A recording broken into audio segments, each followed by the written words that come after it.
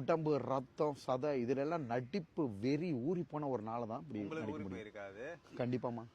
திவாகர் ஒரு அவதாரம். 20 லட்சம் பேரை திரட்டிட்டு நான் நடிச்சு காட்டுறேன். 20,000 கேமரா கொண்டு வாங்க, நான் நடிச்சு காட்டுறேன். ஸோ எதுக்குமே நம்ம அசராத ஆளு. இது வந்து பாத்தீங்கன்னா ஆந்திரா, ஓகேங்களா, நம்ம அண்டை மாநிலங்கள் ஆந்திரா, மகாராஷ்டிரா, நார்த் ஃபுல்லா.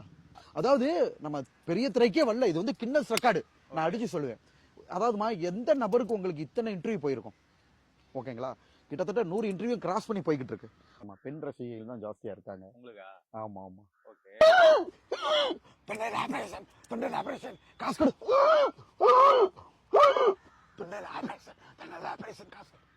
பிரான்ஸ் ஃபேன்ஸ் எடிட் பண்ணது.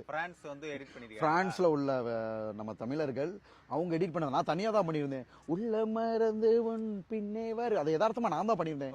நீ சம்மதித்தால் அந்த நீலவையும் தரு ஓ பெண்ணே என் கண்ணே செந்தேனேன்னு சொல்லிட்டு நான் யதார்த்தமா பண்ணது. ஒரு இளநீ சாப்பிட்டுருப்பேமா, இளநீ சாப்பிட்டுட்டு அதுக்கு வந்து அப்படின்னு சொல்லிட்டு நான் யதார்த்தமா ஒரு சீன் பண்ணியிருந்தேன்.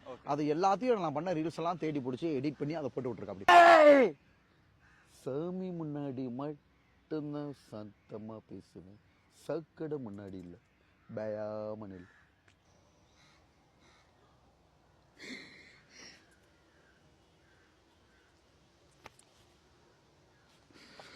என்னோட வாழ்க்கையில ஒவ்வொரு நிமிஷமும் ஒவ்வொரு நொடியும் நானா செதுக்குனது.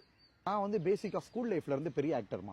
ஸ்கூல்ல இருந்தே நிறைய பெர்ஃபார்ம் பண்ண ஆரம்பிச்சிட்டோம். நிறைய கைதட்டல்களை வாங்கிட்டோம், பெரிய பெரிய லெவல்ல பாராட்டுகளை வாங்கிட்டோம். சிவாஜியோட ஃபயர் கண்ணில் தெரியுது. சிவாஜி கணேசன் மாதிரி நல்லா நடிக்கிற சீன் இருக்குல்ல,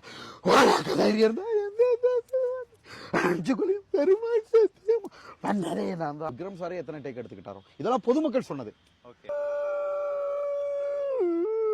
படுத்துறாயா படுத்துறாயா கடவீதி கலகளுக்கும் ஏன் அக்கா மக அவன் நடந்து வந்தா, அந்த பஸ் ஸ்டாண்டு பளபளக்கும் அண்ணனோட பச்சை கிளி அது பறந்து வந்தா.